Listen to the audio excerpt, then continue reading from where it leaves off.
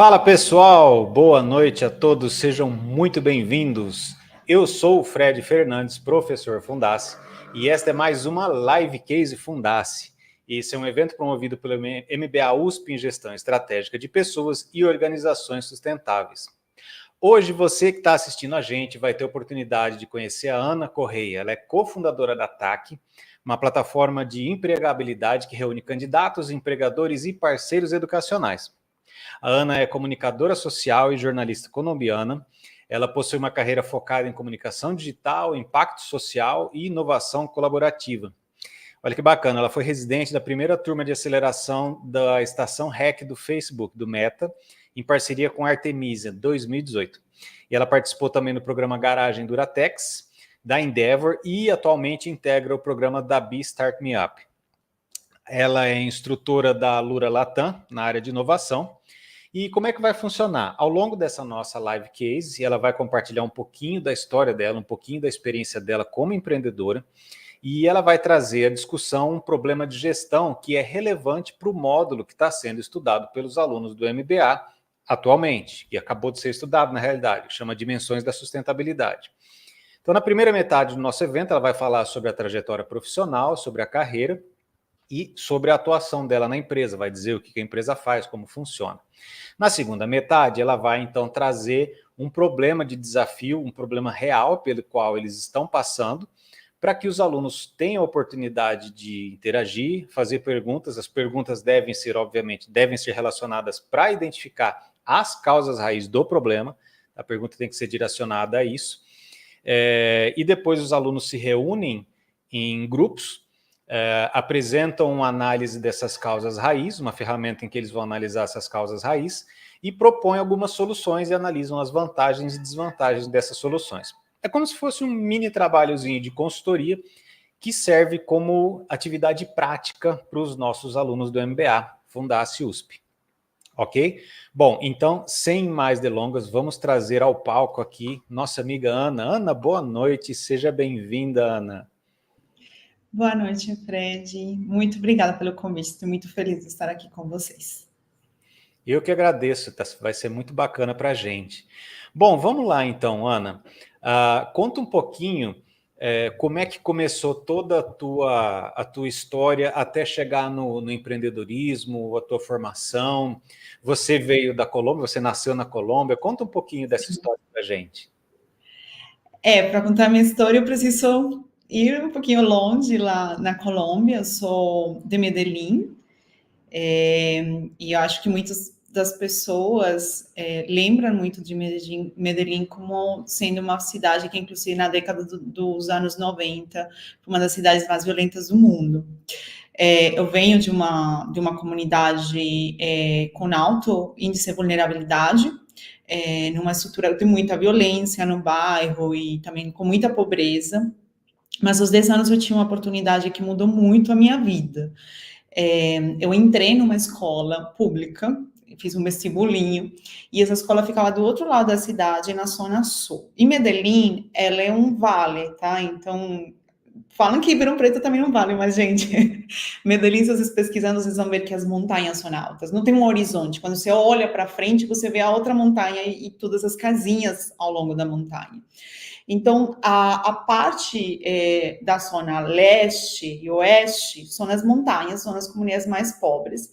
E a zona sul é onde termina a montanha, e lá é uma região muito mais rica mesmo. E essa escola ficava lá, no meio da Zona Sul, que era a comunidade mais rica da cidade. Eu entrei nessa escola e eu falo que isso mudou minha vida, porque essa escola recebia todos os dias 5.000 crianças de todas as classes sociais da Colômbia, de todos os bairros.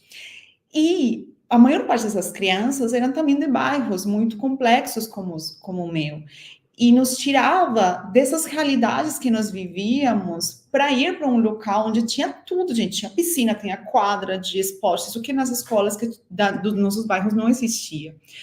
E nos mostrava que era possível construir um futuro diferente do que nós tínhamos nos nossos bairros. Eu acho que essa escola foi muito importante. 5 anos depois, eu entrei numa das melhores faculdades públicas da Colômbia. Imagine. E quando eu olho para essa escola, eu compreendo, e desde a época que eu estava na escola eu compreendia que ela não era somente boa por conta do currículo, porque era uma escola muito boa mesmo em termos de currículo, mas acho que tirar as pessoas das suas realidades e mostrar que poderiam ter um outro futuro, isso, gente, isso é transformador. E eu falo que muitos dos meus colegas, meus amigos, todos tiveram uma vida muito diferente dos meus amigos que ficaram no bairro, nas escolas do bairro. E logo já nessa época, eu sempre fui muito consciente de que isso era um privilégio que eu tinha. Ou seja, minhas amigas que ficaram no bairro, elas não tiveram nessa oportunidade na vida delas. Tanto que muitas delas continuaram, foram mais adolescentes. Eu tinha uma vida tão diferente que eu estou agora aqui no Brasil. Então, sempre fui muito consciente desse privilégio. Eu entrei na faculdade fazer jornalismo e dentro da faculdade me apaixonei por uma área que se chama comunicação para o desenvolvimento social, que é olhar a comunicação como ferramenta de transformação social. Graças a isso, eu trabalhei na prefeitura de Medellín, no momento da transformação da cidade. Eu trabalhei com comunicação numa área rural dentro da cidade, era uma subprefeitura, e lá trabalhávamos com orçamento participativo e projetos de transformação. Também trabalhei em organizações comunitárias. E quando vim para o Brasil, vim em 2007 para o Brasil, tive essa oportunidade grande, eu conheci o meu parceiro, o meu companheiro até agora, o Ribeirão Pretano, inclusive. Eu vim para o Brasil e aqui eu comecei a entender um pouco o mercado e estava começando o boom das redes sociais, do Facebook, 2009 mais ou menos. E as portas se abriram para mim na área de comunicação digital. Então, comecei a entender um pouco esse universo digital. E em 2012, eu fui entendendo um pouco esse universo digital, das redes sociais, já tinha experiência com isso. Eu vi que poderia combinar ambas experiências. E em 2012 eu fui trabalhar numa agência, sendo editora do portal Natura Ecos, para a América Latina. Então, eu trabalhava em espanhol, mas pensando nessa conectividade. E nesse período, a gente desenvolveu vários projetos, trabalhamos com rastreabilidade de todo o processo de ingredientes e de ativos de Natura Ecos, que trabalham com ativos das comunidades brasileiras.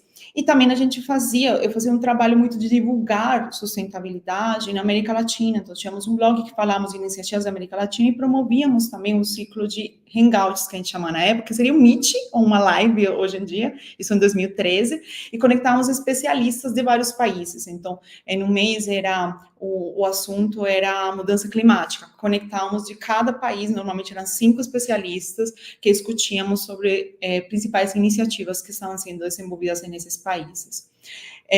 Depois disso, eu também trabalhei com a Natura, sendo fornecedora com projetos de inovação aberta e cocriação. Então, comecei a entender que, bom, além da comunicação como uma ferramenta de divulgação, a comunicação digital também me permitiria ajudar a trabalhar com inovação e promover inovação para uma empresa como a Natura. E nesse caminho eu fui entendendo um pouco melhor de que a internet e as plataformas digitais, elas eram realmente ferramentas para colocar as pessoas em rede, antes de se conectar e promover transformações reais, ou seja, não só para divulgar, mas para promover essas divulgações. Aí foi em 2014, mais ou menos, que eu comecei a trabalhar com o Renato, que é meu sócio. A gente começou a trabalhar, ele tinha uma agência, e nós começamos a trabalhar com projetos de plataformas de colaboração. Desenvolvimos várias plataformas juntos, eu aplicava várias metodologias que eu já conhecia até pela minha história em comunicação para o desenvolvimento, são ferramentas de trabalho colaborativo, de entender com os colaboradores quais eram as necessidades, e a partir disso, fazer o planejamento de plataformas que ajudassem empresas e organizações. Nós construímos uma plataforma para formação de captadores de recursos, que foi o Captamos. Trabalhamos com o Recode, que faz formação em digital com jovens de baixa renda. Trabalhamos também com intranets de empresas. E foi em 2015 que o Renato e então a Denise também, que é outra da minha sócia, vieram com a ideia que eles já tinham de usar toda essa experiência que já tínhamos, que já eles passaram e eu também, e criarmos uma plataforma que formasse jovens para o mercado de trabalho e os conectassem com oportunidades de emprego e de educação. Então, foi aí que a gente começou com o ataque, realmente começou em 2016, mas em 2015 que começou essa ideia, e aí que eu me transformei também ao longo do processo em cofundadora da empresa. Mas isso é um pouquinho da minha história. Você atribui, então, uma boa parte da tua, olhando assim, em retrospecto, você, as pessoas com quem você conviveu na tua infância, você atribui, então, a tua trajetória de sair daquele meio que você estava inserida, você atribui isso à educação? Sim, eu acho que educação é fundamental. Meus pais, meu irmão mais velho, ele nasceu com síndrome de Down, tá? Então, eu falo que ele ter nascido com síndrome de Down foi o que também mudou minha vida. Porque meus pais, eles eram muito, muito humildes, muito simples, nem terminaram. Meu pai conseguiu terminar o ensino médio, minha mãe não conseguiu terminar. Mas eu acho que eles, com meu irmão, eles viram meu irmão e eles começaram a se jogar no processo, sabe, o processo educativo com um filho com síndrome de Down, ainda mais sem muitos recursos, não tinha muito recurso, não tinha onde levar um lugar particular. Então, meus pais se jogaram junto, eles brincavam com meu irmão, tentavam ajudá-lo. Então, quando eu cheguei nesse lar, eu cheguei num lar onde meus pais se esforçaram muito em relação à educação, poderíamos falar, mesmo sem o conhecimento, mas sabe, a educação a partir da brincadeira, a partir de estar junto com o filho, do diálogo. E também, de certa forma, meus pais sabiam que minha irmã teria limitações e que a outra filha, quando eu nasci, que eles precisavam me dar ferramentas para eu ter outro futuro. Eles não queriam que eu tivesse um destino igual às crianças do meu bairro. Então, meus pais sempre apostaram muito na educação. Eu falo que, por mais que eu sou estudante em escola pública, mas meus pais fizeram muitos sacrifícios. Eu tive sacrifícios num nível, em determinado momento, quando eu entrei naquela escola, ela era gratuita, mas eu tinha transporte para chegar lá. Eu tinha que pagar ônibus para ir para lá. Isso em uma família que ganha um salário mínimo, com uma pessoa com deficiência. Isso é muito difícil. Minha avó também morava com a gente. Então, meus pais tinham que tirar meu irmão de uma escolinha que eles pagavam bem baratinha, privada. Eles tinham que tirá-lo para que eu tivesse educação. Então, meus pais sempre falaram para mim que a educação seria a forma que eu mudaria a minha vida. E eles foram muito, muito assertivos nisso. Eu falo que aos 10 anos, quando eu passei naquela escola, eu me lembro que eu fiz um vestibulinho com a escola e eu só respondi 35 perguntas de 60 naquela escola que eu passei. Eu achei que eu não tinha entrado. E a escola do bairro, eu fui numa entrevista, eles me aprovaram na hora. Mas quando eu saí dessa escola, eu me lembro que ia subindo a ladeira, eu comecei a sentir um desconforto muito grande, muito grande, muito grande. Enquanto eu subia pela ladeira, eu via as pessoas do meu bairro. Eu vi os jovens e as meninas que tinham estudado nessa escola, e eles não tinham entrado numa faculdade, eles não tinham, eles estavam, muitos meninos ficaram nos grupos armados, narcotráfico, as meninas grávidas com 15 anos, e mesmo quem não tinha ido para esse sentido, não havia conseguido entrar numa faculdade. Então, nesse momento, eu me lembro que eu cheguei em casa, eu cheguei chorando. Minha mãe, uma vez, quando eu lembrei dessa cena, eu conversei com minha mãe para ver se isso era real um pouco, porque às vezes a gente tem certas lembranças. E ela falou, sim, eu me lembro, você chegou em casa, você chorou. E eu falei para minha mãe, quando eu falei, mãe, eu quero entrar na faculdade, você me falou que era importante eu fazer uma formação. E eu naquela escola não vou conseguir. E aí meus pais ficavam desesperados. Eles nem sabiam o que iam fazer, tentando procurar escolas particulares, mas sim dinheiro, até que uns 15 dias depois eu recebi a ligação dessa escola pública falando que eu tinha entrado. Então, eu acredito sim que a educação salvou minha vida, assim, que foi fundamental, mas mais do que qualquer coisa é acreditar na educação, né? Eu acho que o mais bonito é ver como meus pais acreditarem em algo que mesmo que eles não tiveram acesso nas suas vidas. Ona, resume para a gente, atualmente, qual problema a ataque resolve? Bom, a TAC, a gente tem uma realidade um pouco no mercado, e é que o currículo tradicional não consiga revelar o que as pessoas realmente têm de únicas e de interessantes. Então, os critérios tradicionais de um currículo, eles são muito baseados em padrões, onde você estudou a escolaridade, onde você mora. E isso é ainda mais difícil quando a gente fala de vagas operacionais, ou seja, se nós mesmos temos dificuldade de que nosso currículo mostre o que nós temos de diferente, além de simplesmente os conceitos básicos, critérios básicos. Agora, imaginem para as vagas operacionais, onde tem maior volume e que muitas vezes as pessoas não conseguem mostrar. Por que você pode contratá-las? Porque eu sou diferente do meu concorrente. E esse fato do currículo não conseguir revelar tudo que as pessoas têm de interessante, isso faz com que as empresas elas tenham processos seletivos ineficientes, porque por falta de critérios, eles terminam fazendo processos de alto custo e com turnover, porque as pessoas que entram não estão totalmente alinhadas. Mas também nos identificamos que as instituições de ensino também, que informam, não conseguem conectar as pessoas também com o mercado de trabalho, nem também identificar quem são as pessoas que estariam de acordo mais dentro do perfil dos cursos que eles estão formando. Então, o principal problema que a gente tenta solucionar é o problema do currículo, ou seja, das pessoas não conseguem realmente revelar suas interessâncias, e isso eu contei minha história, mas isso é a história de muitas pessoas que muitas vezes não sabem como que elas podem se diferenciar no mercado de trabalho. Então, esse é o principal problema que nós queremos solucionar. E aí, nossa proposta, TAC, estou entrando então já explicando um pouco da TAC. A TAC é uma plataforma de empregabilidade, que nosso principal produto é um CV, que revela o que nós chamamos, um conceito que nós criamos de interessância das pessoas, então conseguimos trazer outras informações das pessoas que vão além do currículo, trazemos perfil comportamental, competências de localização, critérios de diversidade, certificações de parceiros. Então, nossa proposta é exatamente isso. Não sei, Fred, se eu já posso contar um pouquinho de como que acontece dentro da plataforma. Pode ser, inclusive, isso tudo que vocês fazem, eu acredito, então, que melhora facilita, pelo menos, para a empresa ver se vai ter um fit com a pessoa que eles querem contratar?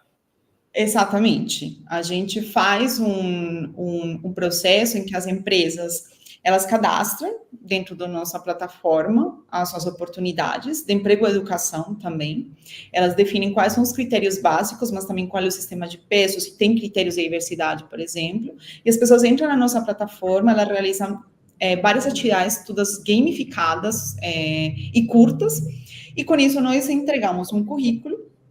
Nosso algoritmo já identifica quem é a pessoa que está alinhada com esse perfil, primeiro básico, tá? Essa pessoa se candidata, e aí apresentamos as pessoas em um ranking de acordo com a afinidade com as empresas, tá? E aí depende da empresa, novamente. Não é que uma pessoa está mais de acordo com uma empresa e sempre vai estar no top 100 de todas as empresas. Não, dependendo do seu perfil comportamental e também dos critérios que a empresa definiu ao longo do processo. Então, com isso, a gente consegue aumentar o processo, a eficiência nos processos seletivos em até 4 vezes, e também aumentar a taxa de aprovação durante a entrevista. Então, não chegamos a casos de aprovação de 80% nos processos seletivos. E é importante a gente lembrar, eu comecei falando muito das vagas de entrada, e isso é bem importante, porque ferramentas que digitalizam ajudam muito nisso. Então, quando a gente começou a TAC, nós fizemos entrevista com jovens para entender onde é que também estão essas dores, além das empresas. E assim, tem muitos proseletivos que são dinâmica de grupo, que são 40 pessoas chamadas para uma vaga de emprego, e elas ficam em uma sala, que é basicamente uma entrevista coletiva, que você fala, em um minuto você tem que falar quem é você. E é nessa hora a pessoa que está avaliando já fala se você serve ou não serve para essa função. Gente, aqui estou falando das vagas do dia a dia, tá? Não estou falando das vagas para profissionais com uma baita experiência. Não estou falando das vagas do dia a dia, que são as que têm mais volume. Então, são processos que são ineficientes para as empresas e para os candidatos também. Minam totalmente a autoestima. Você sai falando, meu Deus, eu vou colocar um exemplo. Às vezes, uma avaliadora para uma vaga de atendimento, uma pessoa vai falar em meio de uma entrevista desse tipo, vai falar, eu sou um pouco tímida. E essa pessoa pode ser descartada por uma subjetividade. E a gente que estuda sobre perfil comportamental sabe que a questão de atendimento, por exemplo, não tem nada a ver com ser tímida, ser extrovertida ou introvertida, tem a ver com outras questões e outros aspectos das personalidades das pessoas. Então, isso é muito importante para o candidato, mas para as empresas e para aumentar os processos seletivos e a eficiência. Você estava falando dessa questão da reunião na sala, né, de muita gente junta.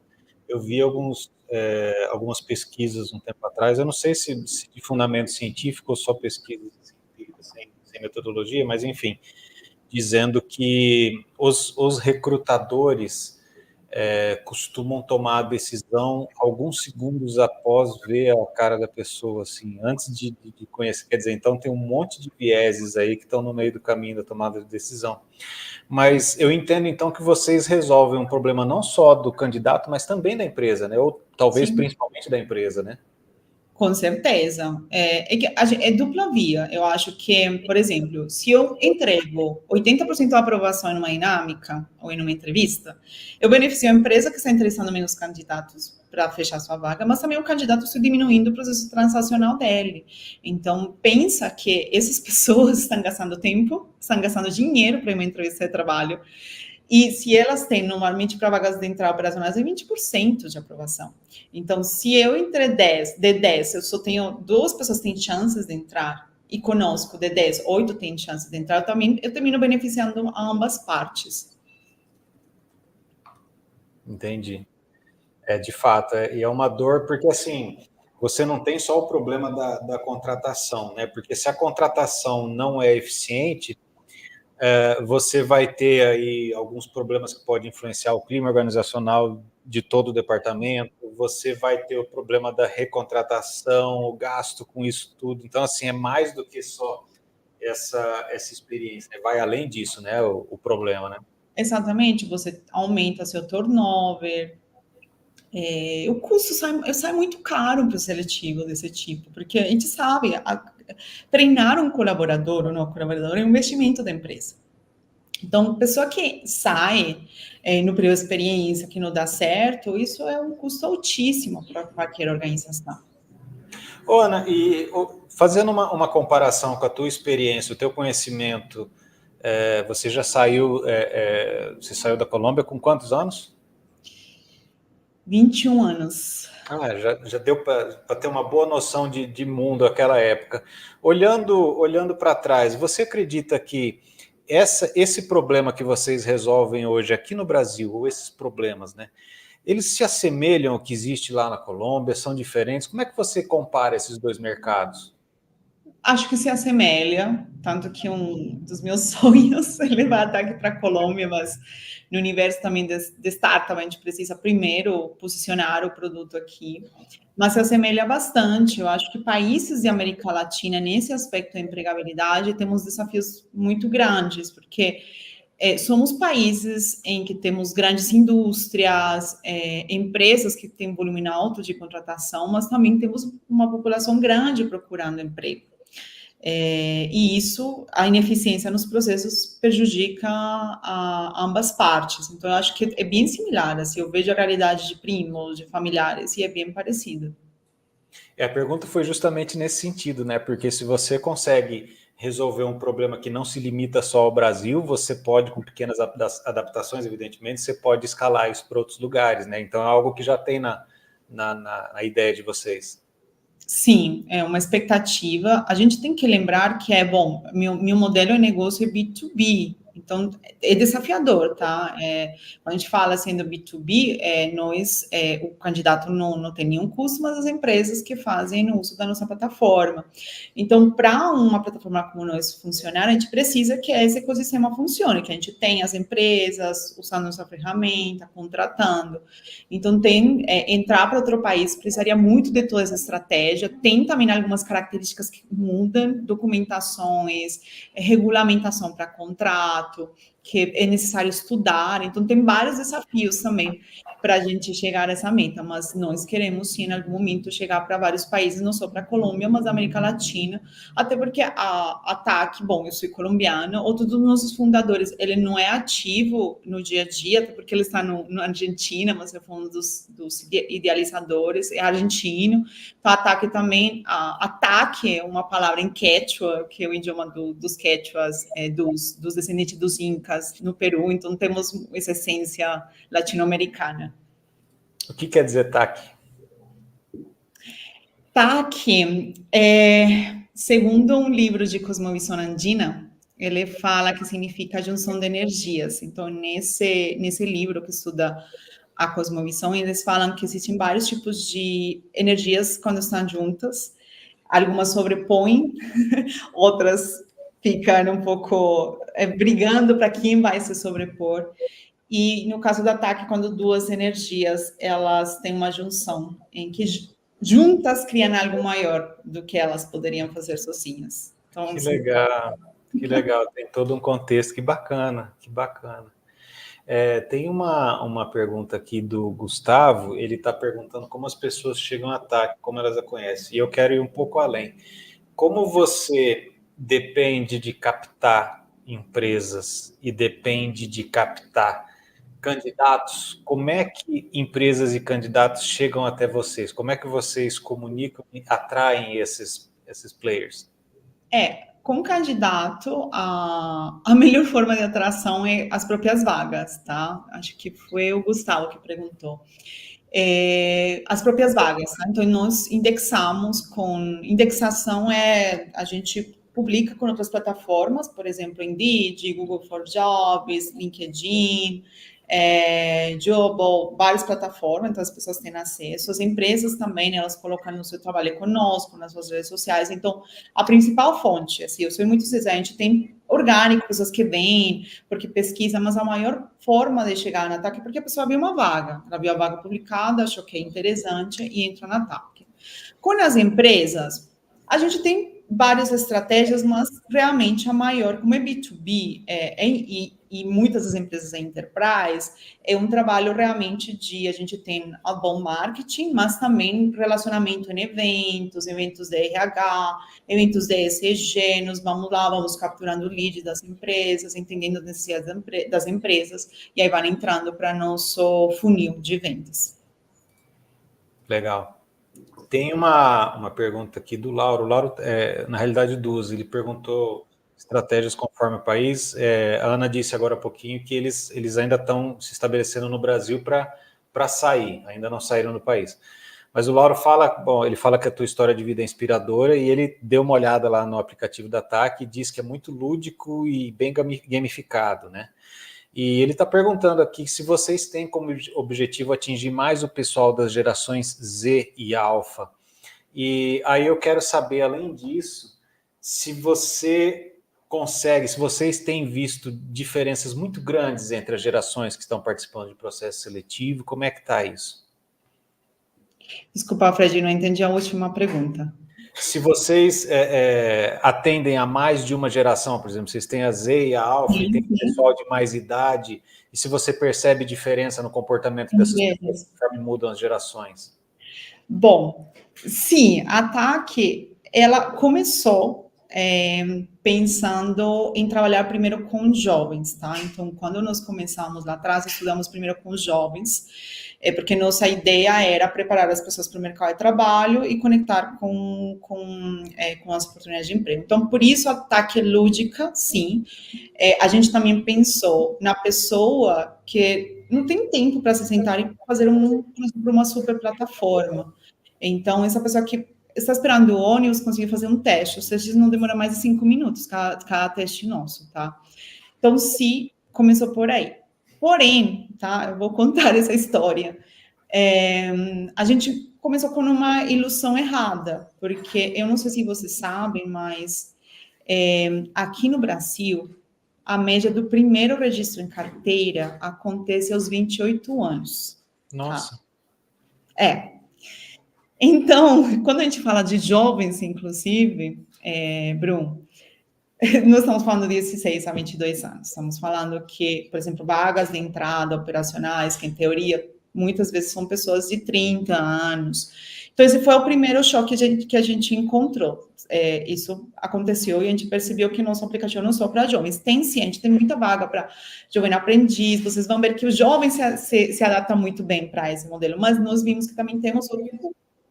Então, é um público que se lida bem com esse lúdico, mas a gente, inclusive, estamos reformulando algumas questões da experiência, precisamente porque entendemos que é muito mais amplo. Mas ataque, apesar disso, saibam que a gente tem pessoas de todas as idades, e proselitistas de todas as idades. A gente começou a ver que não era viável só ser vagas para jovens, tá? Então, na TAC você encontra vários tipos de oportunidades de emprego, e isso faz com que as pessoas usem nossa plataforma de formas diferentes.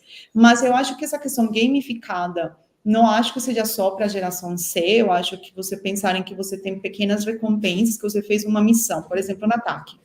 Em uma plataforma tradicional, você faz um processo seletivo com uma empresa, e se não deu certo, você vai para outra, tem que fazer o processo seletivo de novo. Na TAC, não, você entra, já faz o primeiro teste, esse teste vai ficar no seu currículo. Então, são pequenas conquistas que ajudam as pessoas a se incentivarem nesse processo. Mas, sim, eu acho que tem várias questões que a gente ainda quer ajustar até da própria jornada por conta disso. Ana, tem alguns, sem citar nomes, né? Tem alguns concorrentes seus aqui, bem famosos, bem conhecidos, e eu acompanho que existem alguns, principalmente um deles, que é um bem grande, que ele é muito criticado, principalmente por candidatos, porque ele tem muitos testes, porque são muito pesados, é um monte de informação, e no final acaba não dando um feedback para o candidato, né? Sim, como vocês concorrem com esse tipo de atitude? Como é que vocês se posicionam frente a esse tipo de concorrente? É muito curioso, porque a gente é concorrente parceiro ao mesmo tempo, integro com outras plataformas. Então, eu tenho clientes, por exemplo, que usam outras plataformas, a plataforma oficial, e que eles querem testes mais acessíveis para as pessoas, mais rápidas, e nós integramos. Então, eu acho que as HR Tags é um movimento muito interessante. Eu falo que, inclusive, muitos desses concorrentes que existem no mercado foram os que abriram passo para empresas como nós. Então, eu acho que essa é pelo menos uma visão. Várias das críticas tem um desafio grande, Fred, que é o feedback. E acho muito legal falar disso aqui, que estamos em uma pós que é relacionada, um MBA que é relacionado à gestão de pessoas, não, Fred? Uhum. Existe um desafio com as empresas para darem feedback.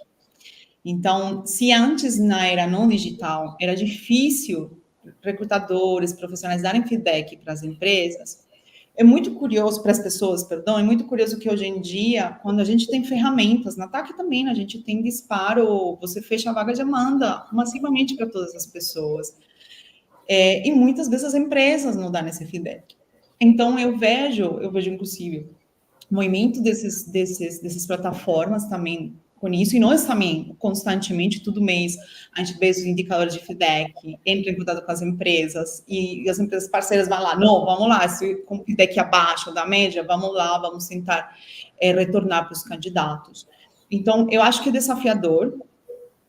A nossa proposta é diferente, realmente, por isso que eu falo, nós somos concorrentes, mas ao mesmo tempo somos parceiros em certos momentos.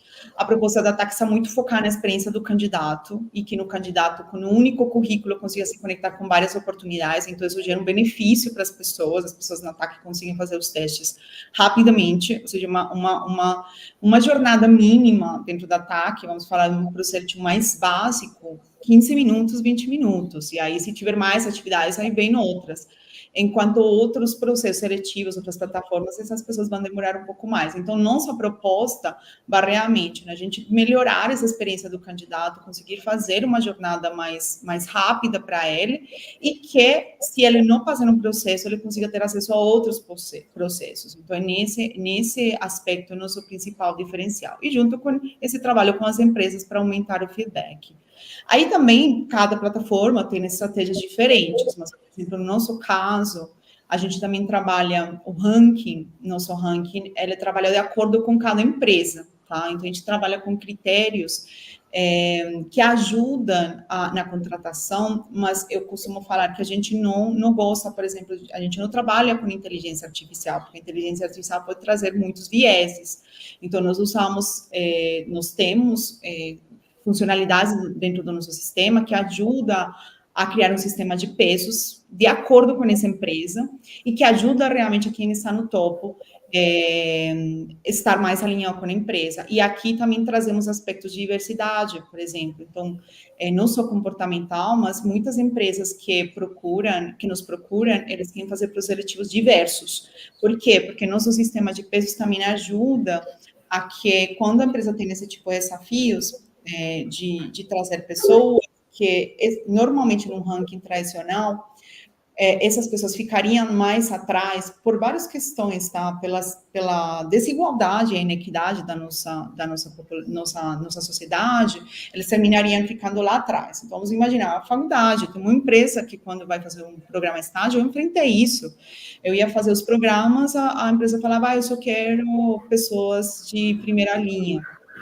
E é muito complexo, porque isso aí, muitas vezes, não é um viés consciente, é porque como não tem um sistema para triar, o recrutador termina caindo em vieses. Então, no momento em que a gente fala, não, mas vamos lá, nós vamos conseguir montar um ranking com outros critérios que não tem nada a ver com a faculdade que essa pessoa está saindo, para você encontrar as pessoas mais adequadas para o seu perfil. E a gente conseguiu fazer um sistema de pesos, essa funcionalidade, que coloca, inclusive, lá para cima, pessoas que antes estariam lá embaixo, e entregar pessoas com muita qualidade, aumentando a diversidade das empresas. Então, a gente tem vários cases, assim, Santander, Grupo Móvel, Raiz, em que a gente consegue. Grupo Móvel, por exemplo, foram 85% das contratações, eram pessoas diversas, eles da diversidade. A gente conseguiu não só algoritmo, que essas pessoas se destaquem também ao longo do processo seletivo. Acho que esse é outro diferencial e uma das propostas mesmo que a TAC vem diferente um pouco das outras plataformas do mercado. Que bacana, sem dúvida, sem dúvida. Tem uma visão totalmente diferente, eu posso dizer até mais humanizada da coisa, né? Então vocês têm essa questão de ESG, não é só na plaquinha, vocês têm isso dentro, né, como princípio, né? Sim, a TAC é uma startup de impacto social. Nós começamos, é muito curioso, porque eu acho que a gente só se entendeu como startup um pouco depois. Nós começamos com uma plataforma que gerasse impacto, esse foi nosso objetivo. Tanto que o nosso investidor anjo, que ele chegou por isso, ou seja, ele falou, eu quero esse projeto, eu quero investir em impacto social. E nosso primeiro contrato já trazia esse compromisso com não só o crescimento, a gente quer ser uma empresa próspera, que gere benefícios econômicos não só para as pessoas de fora, mas dentro para os colaboradores, para os fundadores, para os sócios, mas a gente tem um compromisso com a sociedade. Por isso que nossa proposta é de formar, a gente tem dentro da TAC aulas sobre mercado de trabalho, a gente trabalha essa conexão com o mercado de trabalho, a gente traz também bolsas de estudo, a TAC nesse momento, estou trazendo um pouquinho também da ordem de grandeza para vocês, nós temos já 3 milhões de pessoas cadastradas, já intermediamos mais de 170 mil oportunidades, aproximadamente 120 e poucas mil bolsas de estudo, 50 mil oportunidades de emprego. E quando a gente olha para a questão de oportunidades de emprego, de pessoas contratadas, nós conseguimos contratações de pessoas de baixa renda, o porcentagem de pessoas contratadas de baixa renda é alto, de mulheres é alto, é impressionante, a gente consegue que mulheres consigam ter mais acesso ao mercado de trabalho, então tem vários indicadores que são bem interessantes. Nossa, que bacana, que bacana. Isso eu acredito que deve te dizer muito, né? O que vocês fazem hoje deve tocar muito no teu coração por conta da tua história toda, né? Totalmente. Não, a TAC, eu falo que, bom, quando o Renato e a Denise vieram falar comigo, eu me apaixonei. Eu sempre trabalhei com projetos que tinham algum propósito social de transformação. Então, quando eles vieram com essa ideia, eu me apaixonei. Mas eu costumo falar que quando a gente estava fazendo as pesquisas com jovens, teve uma hora que estávamos discutindo os resultados e chegou para mim uma coisa, Nessa, essa é uma missão sua, de vida. Porque eu acho que o que eu tive também, além da educação, foi oportunidades. E oportunidades nem todo mundo, gente, tem. Não é fácil. Não podemos falar para as pessoas, ter uma oportunidade de mercado de trabalho é simples assim. Eu até, Fred, eu não sei se já posso. Eu queria compartilhar aquele vídeo que eu comentei com Sim, você. fica à vontade, fica à vontade. Eu acho que aí vocês vão entender um pouquinho da alma da Ataque, tá? Vou colocar aqui rapidinho para vocês compreenderem um pouquinho do que nós. Vou dar o play. Ai, não foi. Beleza. Tá no...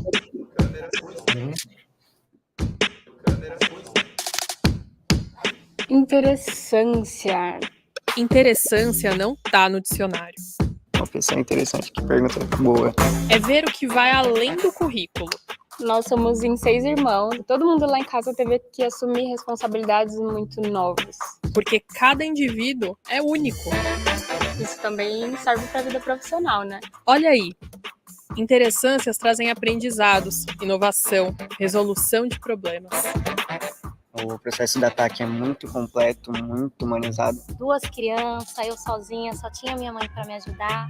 Queremos conectar pessoas com as melhores oportunidades de trabalho e educação. A TAC cuidou de mim na hora que eu mais precisava. E aí foi quando eu conheci esse aplicativo. O currículo TAC revela competências valiosas. Eu sempre fui muito ligado ao computador, sempre gostei muito de jogar. O meu irmão sempre me incentivava a seguir minha carreira profissional com isso. Tudo aconteceu muito rápido. É bom quando é tudo simples e gostoso de usar. Essa parte gamificada da TAC, com o meu gosto pelos jogos e pela programação, com certeza deu match. Empatia no processo de contratação leva diversidade e uma energia incrível para as empresas. Foi muito completo e intuitivo do começo ao fim. Foram desbloqueando outras oportunidades. Pessoas interessantes não têm gênero, idade e nem endereço certo. Podem vir de qualquer lugar. Às vezes tem uma família que só precisa de uma conversa. E esse é meu trabalho. Eu vou de casa em casa, ajudando a comunidade. A TAC, né? Foi a ponte para que eu tivesse todas as oportunidades que eu estou vivendo hoje. E agora eu posso cuidar de outras pessoas.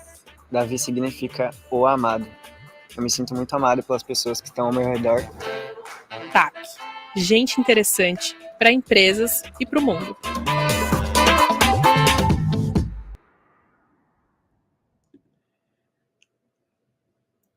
Eu acho que esse vídeo traz um pouquinho dessa referência e da sua pergunta, Fred, assim. Eu acho que tem um conto que eu gosto muito, que é um conto do o Eduardo Galeano, o escritor uruguaio.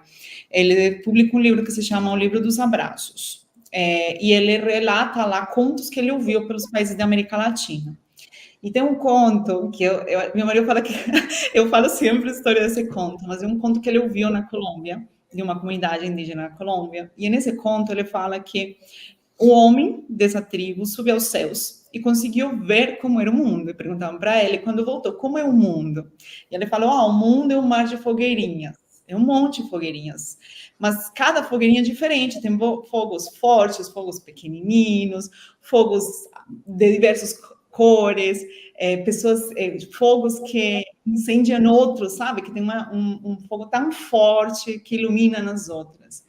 E eu, sempre que olhei para esse conto, eu achei a coisa mais linda, porque ele fala sobre... Eu acho que é um jeito simples de falar da nossa diversidade, porque somos isso, somos um monte de luz, mas são luzes diferentes. Eu nunca vou ser igual a você, Fred. Não somos pessoas diferentes. E mesmo se vamos falar, aqui tem uma colombiana que veio de Medellín, a história é diferente, a nossa luz é diferente. Então, eu sempre gostei muito desse conto por essa forma simples de falar da diversidade.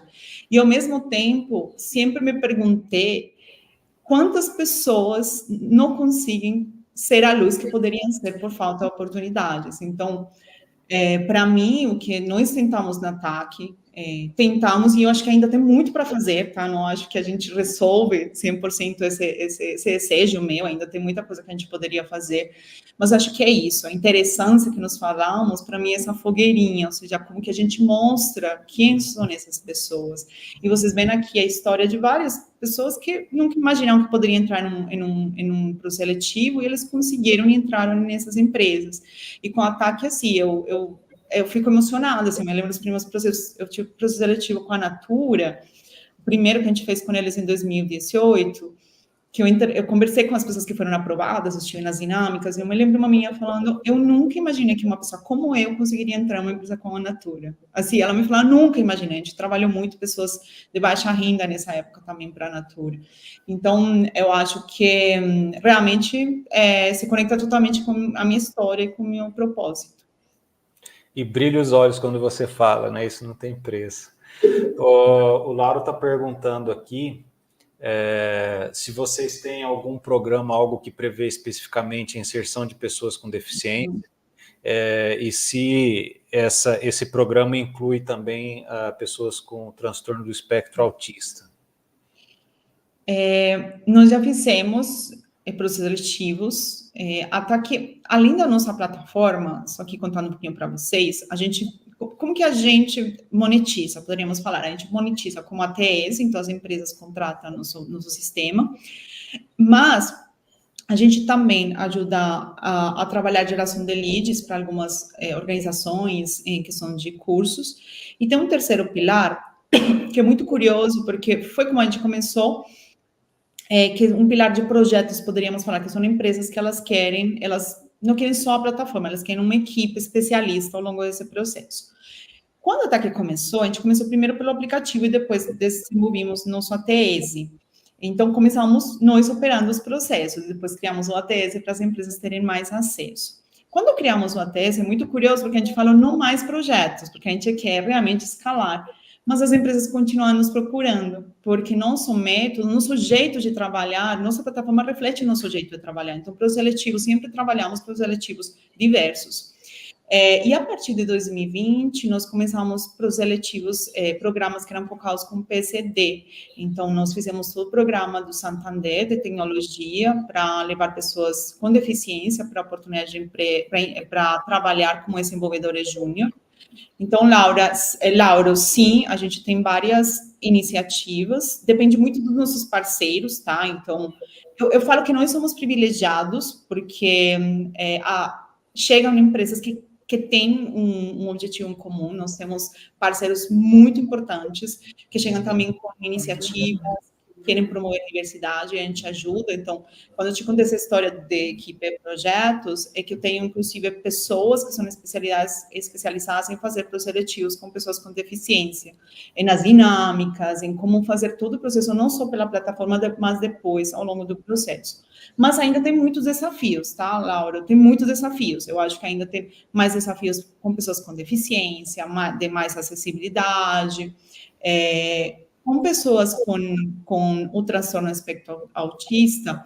Do lado de nós como plataforma, é curioso porque nós estamos conversando com uma pessoa que trabalha com isso e que tem também transtorno do espectro autista, um pouco uma empreendedora. Ela me falava que a ferramenta, ela achava que era muito boa para esse perfil, inclusive pelos desafios. Mas confesso que isso é um desafio com as empresas, tá? Eu acho que as empresas estão muito mais preparadas para receber pessoas com deficiência física, tradicional, poderíamos falar, e tem mais dificuldade com outro tipo de deficiências. Isso é importante, essa visão de mercado é importante. Bom, a gente precisa, então, o papo tá bom aqui, a gente está viajando, né? Só para concluir, antes da gente entrar no problema, o Gustavo está perguntando aqui como é que é a comunicação de vocês com as empresas, se há um acompanhamento após as contratações também. Depende muito da empresa, Gustavo. É desafiador também, porque muitas vezes as empresas já entram a pessoa e eles assim, nos processos e nos fluxos, nos sistemas de cada uma das empresas. Então, nosso desejo com muitas empresas é que nos deem um retorno de feedback, tudo isso, mas tem um desafio. Eu confesso que esse é um grande desafio nosso agora. Alguns parceiros a gente já tem informações, a gente faz análise de turnover para ver também como melhora no processo de contratação, mas é sempre um desafio. Muito bem, então vamos ao nosso problema, né? Vocês estão buscando a certificação Sistema B, né? A certificação, basicamente, ela é uma adequação da empresa a algumas práticas, né, a boas práticas, e você precisa de uma pontuação X num questionário que existe para que você consiga essa certificação. Para o pessoal que está assistindo a gente, que participa do curso, na página em que vocês têm as instruções sobre a Live Case, vocês já têm esse questionário completo lá com todas as informações. Então, assim, entrem lá, vocês vão ter acesso, vão saber todos os requisitos que são solicitados. Para começar a história, Sistema B, conta um pouquinho para a gente, Ana, o que é o Sistema B, no que ele consiste. Bom, o Sistema B é um movimento mundial, não sei se vocês conhecem, mas é um movimento global que querem nortear um pouco as boas práticas das empresas a fim da sustentabilidade. Então, um movimento global que tenta trazer, reconhecer as organizações que estão fazendo esse trabalho, tá? E incentivar que as organizações cada vez mais se mobilizem, não só para gerar benefício financeiro, mas também benefício social e ambiental, tá? Então, é um movimento que já existe há um tempo. Aqui na América Latina, o Sistema B é a organização que movimenta isso, tá? Então, tem o B Company, que é o mundial, e o Sistema B que trabalha na América Latina. E eles fazem todo um trabalho de certificações das empresas. Então, além deles promoverem isso, eles fazem a certificação das empresas. A TAC, só contando para vocês, nós, quando começamos, como nós éramos uma empresa de impacto social, a gente já foi atrás do Sistema B, saibam disso. Então, nós já fomos lá para entender, porque nós já éramos uma empresa de impacto. E o Sistema B, que ele faz? Para empresas que estão nascendo, eles entregam um selo que é chamado de B-Pending, que é um selo de, sim, vocês cumprem requisitos básicos. É curioso porque a gente cumpre com um requisito que normalmente é o último que as empresas cumprem, que no contrato social tem um compromisso com, não só com a parte financeira, mas também onde a empresa assume no contrato social, que ela tem um compromisso com crescimento, com apoio social e ambiental. E é curioso porque a maior parte das empresas grandes, elas fazem todo o processo do Sistema B e no final criam essa cláusula no contrato social. No nosso caso, a gente já nasceu com essa cláusula, a gente já falou, nós vamos ser Sistema B. Então, a gente teve esse B-Pending porque nós éramos uma empresa que estávamos começando, então não teríamos como provar todo o processo que normalmente é exigido pelas empresas. E aí, agora que a gente já leva uns anos, já está com uma estrutura, também com uma experiência, já com um volume de colaboradores significativo, nós decidimos já ir atrás da nossa certificação, tá? E essa certificação é desafiadora, porque ela não é simples, gente, e eu acho que é o certo. Ou seja, o Sistema B faz um trabalho incrível de verificação de informações com as empresas. E eu costumo dizer, eu acho que comentei isso com o Fred, que eu acho que é um processo muito bom, não só pela certificação, mas acho que também de consciência da própria empresa, porque um exercício é você reconhecer seus processos, você reconhecer o que pode melhorar, porque inclusive para procurar a certificação, ao longo que você vai vendo o processo, tem algo que está faltando, vá lá, faz o processo, permite isso, você vai fazendo modificações. Então, é uma certificação, ela é muito importante, hoje em dia várias organizações grandes, companhias grandes vão atrás dessa certificação, e eu acho que ela tem essa importância, não só o selo, mas também eu como organização ter mapeado meus processos NSG, isso é fundamental, eu acho que é uma ferramenta que as organizações estão fazendo para ter essa visão dentro da organização, e além disso, elas vão conseguir receber um selo, que é muito importante também para o mercado. Ok, e o que você está sentindo de desafios? Porque, assim, a gente está comparando aqui grandes empresas, muitas empresas listadas em bolsa, que já tem toda uma governança corporativa implementada, com board, conselho, enfim, uma série de ferramentas e práticas ESG, e digo mais ainda, mais um monte de gente que trabalha, que tem disponibilidade para fornecer essas informações e para ir atrás de tudo que precisa e tal. Vocês são pequenos, vocês estão com pouco tempo de estrada. O que você está sentindo de desafio para conseguir se encaixar nessa certificação? Nossa, são vários desafios, tá? Vai ficar só um para vocês. Mas já começou com o tempo, gente. Vocês não imaginam. A gente leva já uns 2 anos com esse desejo.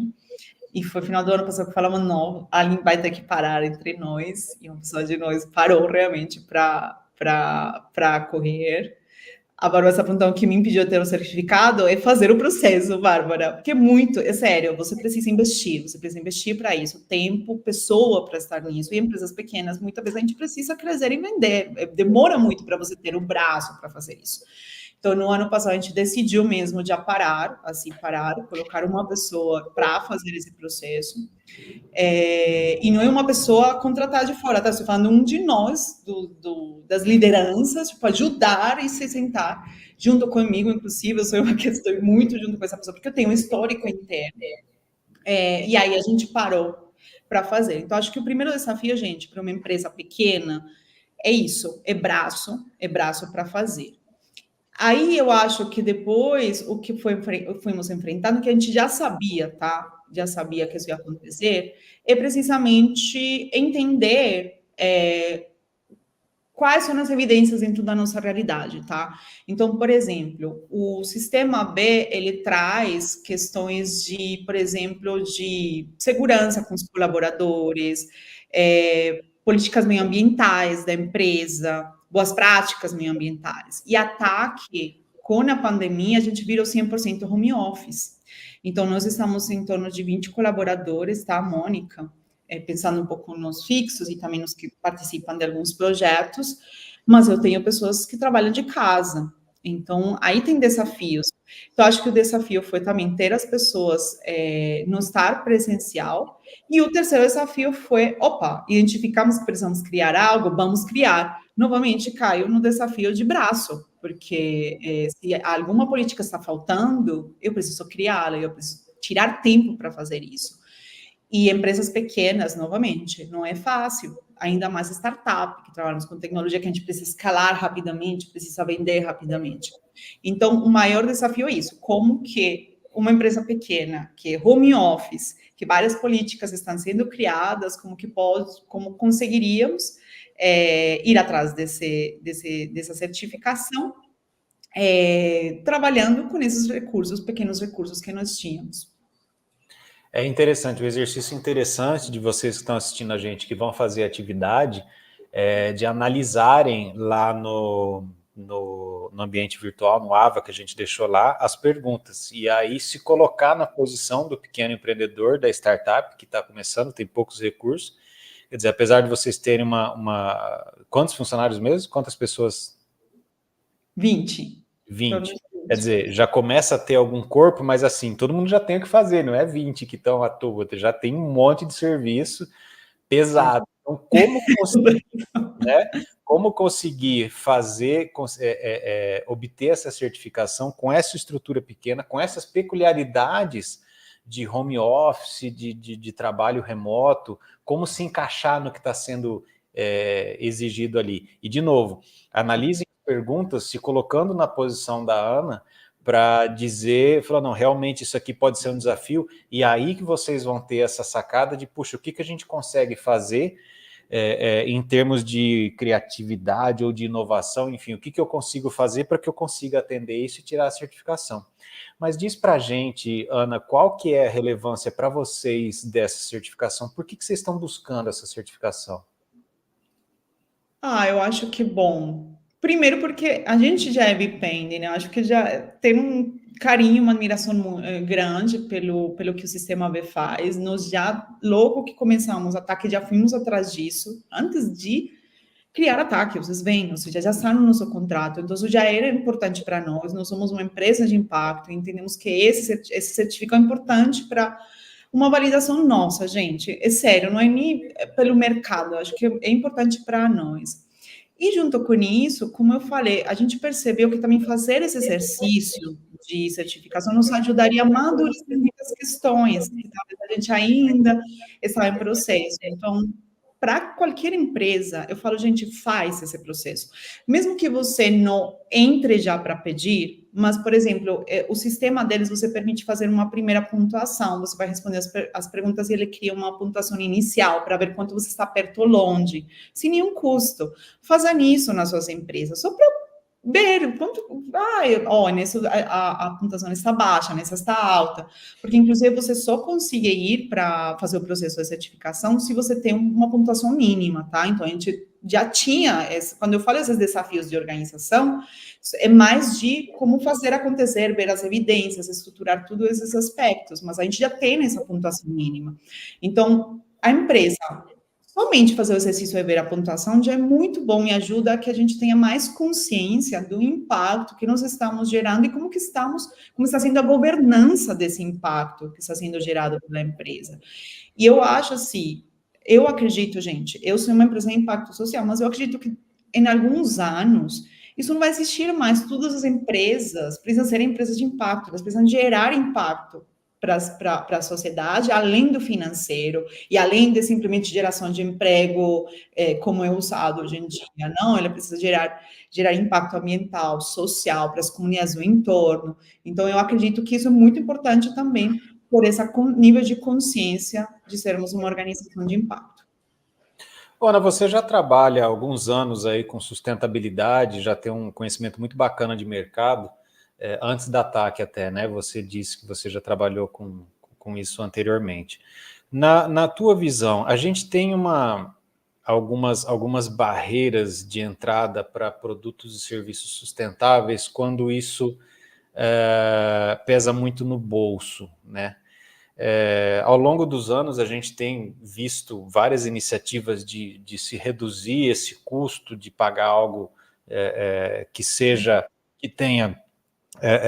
sustentável, né? Mas eu preciso dessa contrapartida que seja algo que o consumidor esteja disposto a pagar em termos do sacrifício que ele vai fazer para consumir algo, um produto, um serviço mais sustentável.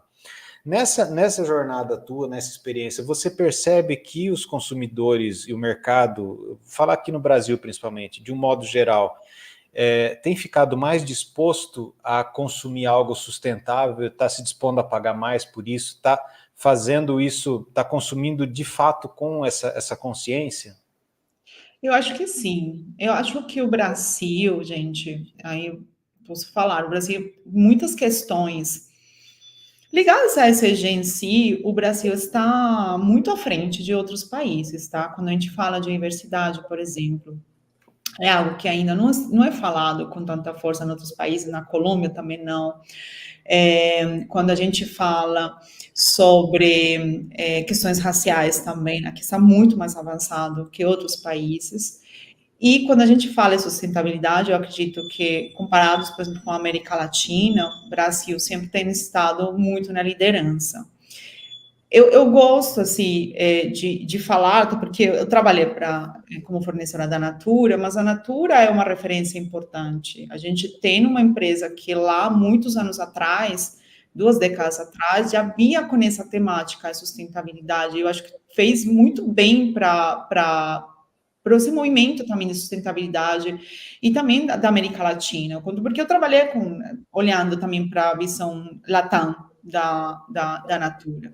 Então, eu vejo que existe sim um movimento, tanto que hoje em dia, sendo sincera, o compromisso com questões de sustentabilidade já não está sendo mais um diferencial, sendo uma exigência do consumidor. A gente vê hoje em dia quantas pessoas estão dos cosméticos que no teste em animais está sendo já prioridade de muitas pessoas na hora de comprar. Eu mesma, quando estou entrando em uma loja semana passada, eu entrei em uma loja de produtos cosméticos, o primeiro que a mulher me falou, esse creme aqui não é testado em animais. Então, quer dizer que isso mostra, se ela está já vendendo, sem que eu pergunte, é porque o consumidor se está preocupando por isso. Então, acho que sim, eu acho que o Brasil está nesse movimento, ainda não chegamos no lugar que a gente gostaria, eu acho que de consciência e de custo também, porque muitas vezes a gente tem que lembrar também de acesso, tá? Então, é diferente a Ana que está indo na loja de uma pessoa que ganha um salário mínimo, ela não vai conseguir falar, eu vou comprar esse aqui porque é melhor para o meio ambiente, sabendo que esse aqui é mais barato e eu preciso. me alimentar, por exemplo. Mas eu acho que sim, estamos muito mais avançados. Legal. Bom, a gente está chegando ao finalzinho. Você quer, além dos contatos que a gente deixou aqui, esse é o Instagram, e a gente tem o site também. Você quer deixar mais um recado a respeito desse problema, para concluir o problema, para o pessoal analisar? Quer comentar alguma coisa, alguma dica? Eu acho que se coloquem no meu lugar, pensem muito nisso. Eu sou uma startup, então uma empresa de tecnologia, pensem nisso bastante. Então, quando eu falo de empresa de tecnologia, tem questão de governança de dados, de nuvem, LGPD, pensem em todos esses aspectos, além das pessoas estarem em home office. Pense também que nós somos uma empresa de impacto, então eu tenho indicadores de contratações, eu tenho dados sobre o volume de pessoas que são contratadas diversas. Então, por exemplo, no ano passado, eu tive, apesar de que 53% da força de trabalho no Brasil de mulheres, na TAC, a gente teve 66% das vagas preenchidas por mulheres. Em relação a mulheres negras, normalmente no Brasil, com carteira assinada, só tem 19,8% das mulheres tem a carteira assinada no Brasil. Na ATAC, 57% das mulheres contratadas foram mulheres negras e 28% do total também são mulheres negras. Então, nós temos indicadores bem interessantes que nenhuma outras empresas não teriam. Então, também pensem desde essa perspectiva, tá? Tentem também sair um pouco desse lugar. E vou estar muito curiosa. E também passo como uma dica, tá? Pelo que vocês estão estudando, também olhem para esse formulário também desde suas perspectivas, sabem? De não só do problema do ataque, mas também que vocês, e no futuro próximo ou mais longe, talvez vocês se reparem também com essa necessidade de fazer uma certificação. Não só uma certificação, mas vocês vão ver aí itens que vocês falam, nossa, eu poderia fazer isso na minha empresa, sabe? Eu poderia medir isso dessa forma, poderia fazer uma política disso na minha empresa. Então, também tenham um pouquinho dessa perspectiva, porque acho que o mais mal não vai fazer. Não vai, assim, quando a gente decidiu esse desafio, que eu estava trocando com o Fred, eu falei, gente, é sensacional, eu queria ter tido acesso a isso anos atrás, saber como que funciona um sistema como o sistema B. Então, você jogue na dinâmica, vou ficar curiosa para ver as soluções que vocês vão trazer, e podem me seguir. Vocês viram aí o perfil da TAC, também podem me seguir no Instagram, é Ana Colombiana, com outra Ana Colombiana. No LinkedIn também podem me seguir, a gente pode conversar. E, bom, estou aqui em Ribeirão Preto, no Davi Business Park, se quiserem trocar também uma ideia, fico à disposição. Muito bom. Eu estou achando aqui o teu, como é que é, Ana Colombiana? 2 As no final. No final, né? Peraí. Achei. Bem difícil. Deixa eu colocar aqui também. E o LinkedIn, você está com o meu LinkedIn? Eu faço aqui. Na colombiana. Pronto. Deixa eu ver teu LinkedIn, qual que é? Vou colocar aqui para você, e aí você compartilha esse aqui. E deixa eu ver.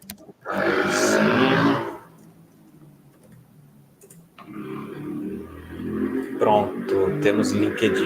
Ana Maria Correia Rodrigues. Muito bom. Muito bom. E assim, eu fico surpreso com... Você não tem tanto tempo de Brasil, mas o teu sotaque é muito bom. Você fala um português quase sem sotaque carregado. É muito legal isso, muito legal. Mas fica. Quem se dedica, né? De fato, você se dedica a fazer imersão na cultura. É muito legal isso, muito bacana. Ana, a gente está chegando no final e eu quero fazer uma pergunta aqui no fim, que eu faço para todos os empreendedores com quem eu converso. Ana Correia, me diga o que precisa para empreender? Desafiador.